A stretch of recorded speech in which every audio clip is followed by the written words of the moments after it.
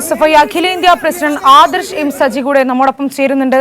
Hyderabad EFL ക്യാമ്പസിൽ അക്രമം അഴിച്ചുവിട്ടിരിക്കുകയാണ് ABVP. നമുക്കറിയാം, കഴിഞ്ഞ കുറച്ചു കാലങ്ങളായി രാജ്യത്ത് എവിടെയും പലസ്തീൻ ഐക്യദാർഢ്യ സദസ്സ് സംഘടിപ്പിച്ചാൽ അതിനെതിരെ ശക്തമായി പ്രതികരിക്കുകയാണ് ABVPയും BJPയും.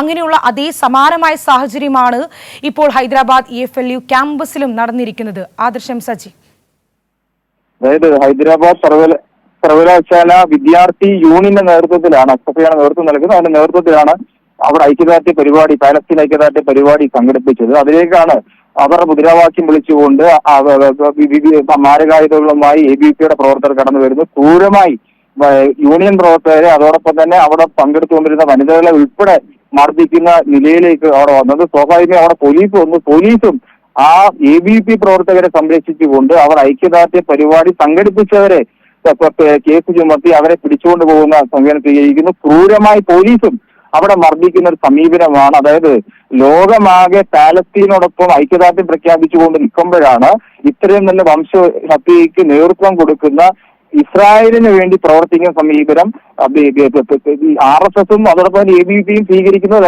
അത്ഭുതമുള്ളതല്ല. കാരണം അവിടെ രാഷ്ട്രീയതാണ്.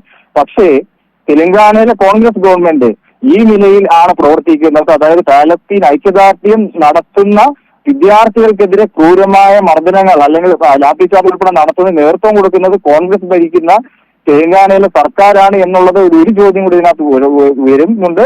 കേരളത്തിന് പുറത്ത് കോൺഗ്രസിന്റെ സമീപനം കൂടി ഇവിടെ ചോദ്യം ചെയ്യപ്പെടുകയാണ്. കേരളത്തിന് പുറത്ത് ഇസ്രായേലിനോടൊപ്പമാണോ പാലസ്തീനോടൊപ്പമാണോ സമീപനം എന്നുള്ളത് അവർ വ്യക്തമാക്കേണ്ടത് ഒന്നാണ്. അതോടൊപ്പം തന്നെ ശക്തമായിട്ടുള്ള പ്രതിഷേധം ഇതുമായി ബന്ധപ്പെട്ടുകൊണ്ട് ഉയർന്നു വരും. രാജ്യത്താകെ ഏത് നിലയിൽ അക്രമം അഴിച്ചുവിട്ട് ഐക്യദാർഢ്യ പരിപാടികളെ തടസ്സപ്പെടുത്താൻ നോക്കിയാലും അലങ്കോലപ്പെടുത്താൻ നോക്കിയാലും രാജ്യത്തെ ക്യാമ്പസുകൾ ആകെ പാലസ്തീൻ ഐക്യദാർഢ്യ പരിപാടിയുമായി SFIയുടെ നേതൃത്വത്തിൽ തുടർന്ന് വരുന്ന ദിവസങ്ങളിൽ ശക്തമായി മുന്നോട്ട് വരും.